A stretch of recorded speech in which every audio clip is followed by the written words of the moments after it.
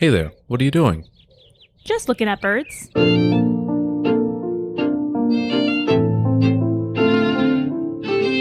Welcome. I'm your host, Chris.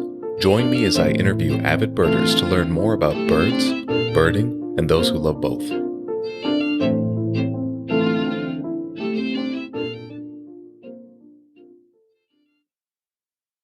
After participating in my first Christmas bird count with Dan Weisz, I asked him to join me for a shorter episode to share some information about bird counts and other forms of tracking bird sightings to make them a little more accessible to those who might be curious about them. The Western Bluebird was chosen for this episode, as it was the last bird we counted that day. I hope you can spend some time with family and friends during the holidays, and you can look forward to a new episode mid-January. Today my guest is Dan Weisz, a returning guest from episode 2. When Dan isn't outdoors taking pictures of wildlife, he's volunteering at the Arizona Sonora Desert Museum's Raptor Free Flight program. As a narrator and bird handler, Dan also participates in the Audubon Christmas bird count, which is what we'll be talking about today. It's good to have you back, Dan. Thank you. It's nice to be here. During this time of year, Christmas bird counts are happening all across the country. The specific one that you participate in took place earlier this week on the 14th. I appreciate you letting me tag along. Can you tell our listeners what the purpose of a bird count is, just in general? So the Christmas bird counts were established over 100 years ago, beginning in 1900, as a reaction to something that was going on at that time. At that time in America, on Christmas Day, there was an annual bird hunt, and people would compete to see how many individual birds they could shoot and kill, whether they were going to use the meat or the bodies for anything. The conservation movement was beginning at that time as a reaction to the loss of birds they were seeing. And in 1900, some ornithologists established what they called a Christmas bird count, which was to say, well, let's go out and look for birds, see how many we see, and count them. So the Christmas bird counts have evolved since then, but the idea is to get a general census of the population of birds in the area that you live in each year at this time. So then the key difference between a Christmas bird count and any other bird count would simply be the time of year and the birds we see at this time of year? And how it's used. There are several different citizen science opportunities for people to contribute their bird counts to general scientists. But the Christmas bird count is done annually in the same locations year after year, so you can start to see population trends within bird species. And that information is very useful to be able to look at long-range planning on what's happening with the birds in our area. Sure. For this particular bird count, how did you get started? So I've known about the Christmas bird count for many years, but when I retired 8 years ago now and began having opportunities to do things during the workday, for example, Yes. The count came up, and a friend of mine who was running a sector asked if I could come along with her. So that's how I began helping out, sort of 1 year at a time, one count at a time. So then you've been conducting these for 7 or 8 years now, huh? Pretty much, pretty consistently, yes. Just to help listeners understand, are you covering a half-mile plot? Are you covering a 10-mile plot? How does that work? So the parameters for the Christmas bird count are established that wherever people begin a count, they create what's called a count circle. And so that's a circle with a 15-mile diameter. And it doesn't change from year to year. That is the count circle where you're going to be studying birds and taking a census every year. In southern Arizona alone, which is a birding hotspot in the country, there are 17 bird counts that happen. Every Christmas bird count happens during the same time of year, between December 14th and January 5th. Okay. And again, there are hundreds, if not thousands, of count circles throughout the United States. Within each count circle, the person who's running it has established different sections for people to count. And it kind of depends on how many people can participate, what areas are birdier or less birdier. But they create different sections or sectors that they assign to different people. And from year to year, they try to establish the bird counts within each section. And it's just a way of managing a circle with a 15-mile diameter and having some sense or order or consistency to the count that's done year after year. Okay. Since this was my first bird count, I wasn't sure what to expect. I brought my binoculars, a camera, some water, with the plan to pay close attention to my surroundings. The 2 hours we spent at both of the sites we visited flew right by. While I can't think of anything in particular that stuck out in my mind, it was a very relaxing time, not much different from just birding. Although I did find it amusing to count that group of mourning doves because now I have a better idea of what 32 birds in one place looks like. What do you enjoy about these counts? Well, for me, it's just a matter of going out and birding. Like I do throughout the year at different times. So you go out with friends and you look for birds. But this time what we know is the information that we gather is going to be compiled and will be useful for a greater good. The area that I was assigned to manage a couple of years ago is a very large area. It encompasses a huge geographical area. For those of you from Tucson, we run basically from Oracle Road west to La Cholla and approximately River Road on up to McGee. That's a huge chunk of land. Yeah. And so we can't cover every single street and every single tree and bush, but we look at the areas that may have the most birds in it. And I go out with friends and we bird one area in the morning. We do some other areas that you joined us with in the afternoon. Mm-hmm. And then for my area, there's a place, Tohono Chul Park, where I have friends who are docents, and they volunteer to be part of our birding team, and they do a count specifically at the park. So it's just how I'm managing my particular group. Yeah. And again, my focus is not to go from sun up to sundown, frenetically finding every single bird I can, but it's just to do some good bird walks with friends and see what we see. During the count and the 2 sites we visited, we saw some house sparrows, mourning doves, vermilion flycatchers, Gila woodpeckers, western bluebirds, the small family of Harris hawks, and that Abert's towhee at the end. Mm-hmm. Were there any birds that you normally see at these sites that we did not see during this count? I haven't really compared this year's count numbers to last year, so it's hard to know. The numbers do vary because birds flock and move around sections pretty regularly, and the fields that we were at are not a primary magnet on their own. Yeah. So last year we had different other sparrows that were clustered under certain trees that we just didn't see this year.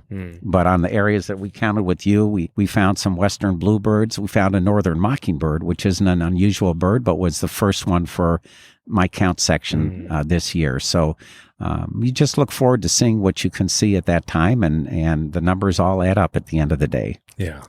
If any of our listeners here in Tucson would like to get involved with the Christmas bird count, where should they start? The best place to look is on the Tucson Audubon Society web pages, and there is a page dedicated to bird counts. There are still more bird counts happening between now and January 5th, but they will happen again next year during the same 2-week period. People can go online, look at those sites, and they list who the group leader is, and they can contact the leader to see whether they still need help. It's also important for listeners to know you don't have to be a spectacular birder to do this. In fact, Audubon Society hopes that new birders, beginning people, join up with the other groups so that they can learn what birding is about and see that there are normal, regular people who are birders, and that it's a good way to be outdoors and out in nature and learn to appreciate what we have around us. So I would check websites. National Audubon Society also has a page where you can enter your zip code, and they'll show you what bird counts are happening in your part of the world, and again, give you links to meet up with the leaders of those bird counts. So wherever they live, the National Audubon Society is a good place to start to find local bird counts. Yes, and you can just, Google bird count in my area, Audubon Society, and that should help get you there. All right. Another option I was looking at when I was looking at other ways to count birds was Cornell's Project FeederWatch. Have you had any experience with that? I'm aware of it, but I haven't participated ever.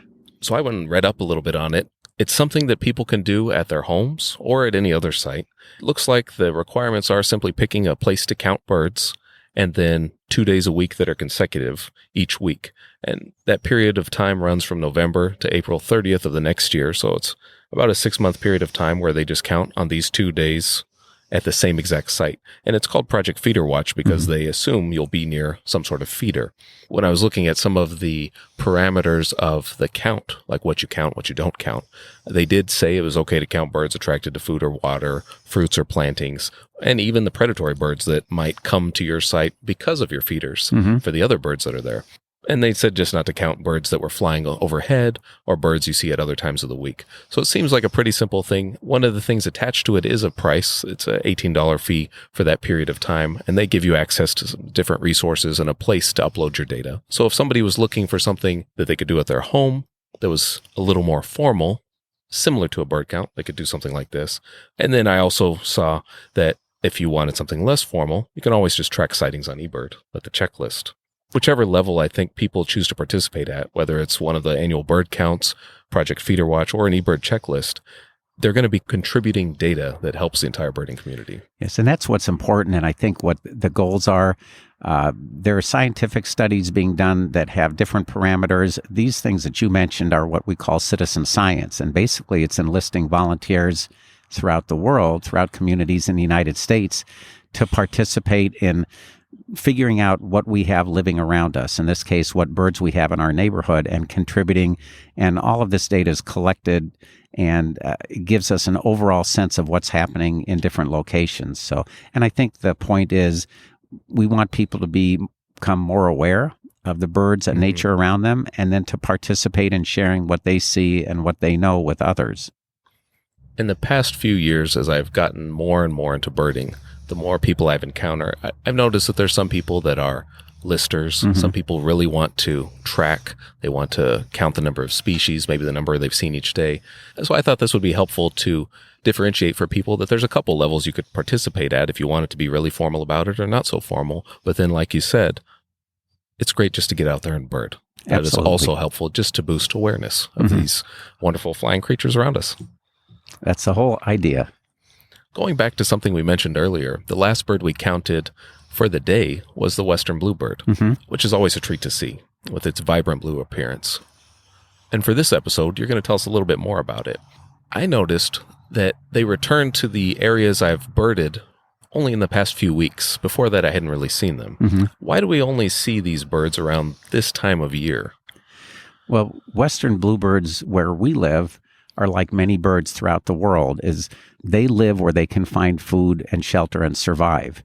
And we know the concept about birds migrating. Some birds migrate, some birds don't. Some birds migrate huge distances. Some birds stay in the same general neighborhood year-round. And migration primarily is based on, is there enough food for me to survive on? Yeah. And for Western Bluebirds in the Tucson area, they don't live at the desert level throughout the summer. They will live at higher elevations, at the upper elevations of mountains, or even, in the upper half of Arizona, along the rim and North Country that is not desert. But when winter comes and insect prey goes underground, they will move to a climate where there's more food available. And in the Tucson area, they've got a lot of variety of seeds and fruits, the fruits, not the fruits that we eat at the grocery store, but the little berries and fruits from different trees and vegetation. So wintertime is when you can see Western Bluebirds in the Tucson area. They're fairly common, but not in large numbers. But if you're at almost any kind of park or open field that has trees and sort of wooded areas adjacent to it, there's a good chance you'll find some bluebirds flying from the trees to the ground to feed and then back up into the trees to hang out for a little bit and back and forth. They're delightful birds. The blue color is just spectacular, and they're a fun bird to see every winter. Yeah. Speaking of that color, the first reason I noticed bluebirds had returned, these Western Bluebirds, was their call, because it was different from the birds I usually hear in that area. But the next thing I noticed was their bright blue feathering, which is not really blue. Can you tell us a little more about that? What I learned by reading, and again, I'm not an expert, is that blue doesn't exist as a pigment in bird feathers. It doesn't exist as a pigment, so it's not a color where you look at it and say, that's colored a certain color. The blue that we see in birds is similar to the colors that we see on a male hummingbird's gorget. I think I'm pronouncing that right. And it's a color created by light breaking apart because of the feather structure. That light will hit the feather structure, and much like a prism breaks up light, the feathers are structured to break up light so that what we see is the blue part of the color spectrum. Just like the sky itself looks blue, but it's not really a blue. If you grabbed sky and held it in your hand, it's not blue. It's how the light looks filtering through it. So that's one of the fascinating thing about bluebirds, because they sure look blue, Yes. but they aren't blue. It's just the light that we're seeing bouncing through their feathers and coming back at us is bluish. It's a delightful color, throughout societies. Blue is a calming, positive kind of influence. All the feelings and emotions associated with blue color are good ones. And bluebirds are delightful to see, but you're not seeing a blue pigment. You're seeing what looks blue. Yes. That's interesting. One of my assumptions seeing Western bluebirds at this time of year is assuming that they migrate from some other northern state. But that isn't really the case, is it? No, I think my first impression or understanding was bird migration meant birds head up north during the summertime to breed, and they head south for warmer climates in the wintertime. And that does happen for very many birds, about half of the species. Some birds are well suited for the ranges they live in and stay there year round, and some need to change ranges primarily to get food sources. But there are birds like Western bluebirds who are seasonal in Tucson. And what I've learned and continue to learn is that how they change habitat in season is not necessarily by traveling 1,000 miles north or south. Western bluebirds are birds that basically change elevation depending on the season. So in southeastern Arizona, you'll find those above 7,000 foot elevation in the mountain ranges around the Tucson area in southeastern Arizona. And in the wintertime, when their food sources diminish at higher elevations, they come down to lower elevations, including the Tucson Valley. And so they sort of migrate up and down to their summer cabins in the mountains and come down to their winter homes in Tucson rather than traveling thousands of miles like many other bird species do. Yeah. One of the things I noticed with some of these different resources when we look at range maps and elevations for birds is that sometimes they don't line up. They can be different. Why aren't they the same? In general, they sort of overlap, but there isn't any consistent rule that everyone in the world follows for those things. And bird ranges are nuanced too. You may have birds slowly changing ranges based on climate change. And there are studies that are showing that birds are rapidly changing where they live year in and year out and where they breed year in and year out because of that. Some changes may be seasonal. Some people who create range maps interpret the data differently, and so they color their maps a little differently. So it's important to look at a lot of different resources when you're trying to figure out what bird you're looking at in your neighborhood or what bird might be available, and take in a lot of information and then just go out and look and see what you can see. Yeah. When we talk about where they choose to stay at different times of the year, one of the things that comes up is nesting. Where do they choose to nest? When I was reading up on them, I noticed that they typically nest in cavities, which is something that is a little competitive. When I was looking at local birds, European starlings and house sparrows were competing for those same cavities. So it seems like it would be a little rough for these Western bluebirds having to compete with all these other species for those cavities for their nest. I also saw that they collected twigs, grass to build their nest, and that sometimes they might have as many as 2 to 8 eggs that were usually blue in color. When we were talking off air, you mentioned something about a portion of those being from a different male. I thought that was very interesting, and we didn't really come to a conclusion there, but I thought that was odd that out of that span of 2 to 8 eggs, a portion of those was from a completely different male. Well, nature works in mysterious ways, and we humans are just continuing to learn as much as we can, and we just know a small portion of what happens out in the world. But I think all bird species and all animals and plant life, their goal is to continue to propagate the species and continue to live. And different birds have different habits that they have come to over the millennium that allow them to continue to live where they live. And we can't fit everything into our definitions of what, how to raise kids or how many eggs to have. We just can look and learn and try to study things around us to gain more insight. Yes, and understand a little more. To close, I just wanted to touch a little bit on one of the things that occupies quite a bit of your time, and that's taking pictures of wildlife. At this time of year, we see these other migrant birds, some new birds. Recently, when you've gone out birding, have you been able to take pictures of any birds that caught your attention?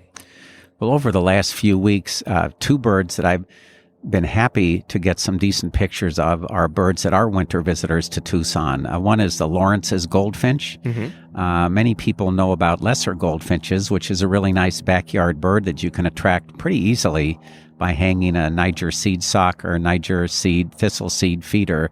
And Lawrence's are related, but they look very strikingly different. And they're here in the Tucson area in the winter times in different little numbers, and I just have not been able to see very many of them. But this year, the last 3 or 4 times I've gone out, I've seen them, seen a number of the males and females, and been able to take some pictures. So, I love the opportunity to both see and to photograph birds that are kind of new for me. Yeah. The Western Bluebird is another example of that. I know they've always been around in the winters, but they're sort of hard to catch, and they don't sit in one spot a long time for you. They're always flitting back and forth between the trees and the open land or grass. But I've been able to go to a local park and get some good fun pictures of Western Bluebirds as well. So I'm enjoying those winter species and know that they won't be here in April or May when I'm out and around, and I'm glad they're here at this point.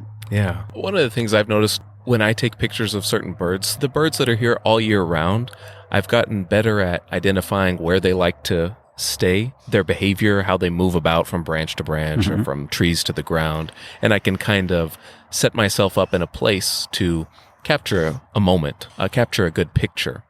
But with migrant birds, I don't have that same opportunity to necessarily observe their behavior and understand where they might be, how they move. So it's a little bit more challenging because I can't prepare for it as I would another bird. Do you have any way that you prepare for that, for seeing a completely different bird that you don't see the rest of the year? Like everything else, you get out of something based on the amount of time and work you put into it ahead of time. Sometimes you can just stumble across a new wintering bird that is there right in front of you. But you can read a variety of sources to see what habitat they like to live in during the winter time. There are resources from local Audubon societies about rare bird alerts or good birding spots to go to see certain birds at the winter time. Birds have wings, so they're not always going to be in the same place all the time. But if you spend more time looking and studying and checking resources, and you spend more time in the field, you increase your odds of seeing them, and you increase the knowledge that you have about where you're likely to see them and where they're likely to be hanging out and living during the winter. That's reasonable. Did you consult any specific resources before looking for those Lawrence's goldfinches? So those I happen to see on 1 or 2 birding trips that I do monthly, as well as on our Christmas bird count along the Rito River. That was a real treat to see that. My sister-in-law got a great picture of 3 finch species in one spot together. Oh, wow. Lawrence's goldfinch sitting next to a lesser goldfinch and sitting next to a house finch. So that was great for comparison. Recently, though, I had read on the rare bird alerts about the Lawrence's being seen at Fort Lowell Park. So I went there and found a spot that felt like it was a good spot and was rewarded for my efforts there. So it was using resources and knowing of some places to go, along with a little bit of luck. That's wonderful you're able to see those. Yeah. I've still yet to see one. I'll have to do a little more research so I can. I'd like to thank Dan for joining us again, and I'd like to thank you for listening to this episode. For more from Dan, please check out episode 2, where he shares more about himself and the great horned owl. If you enjoyed the podcast, please follow or subscribe on Apple Podcasts, Stitcher, Google Podcasts, or wherever you are listening to this episode from. If you're listening on Apple, I would appreciate it if you left a rating or review to help more people discover the podcast. For pictures of the Western Bluebird and some of the other birds we saw on the count, please check out the podcast Instagram and follow it at Looking at Birds Podcast. Until next time, keep looking at birds.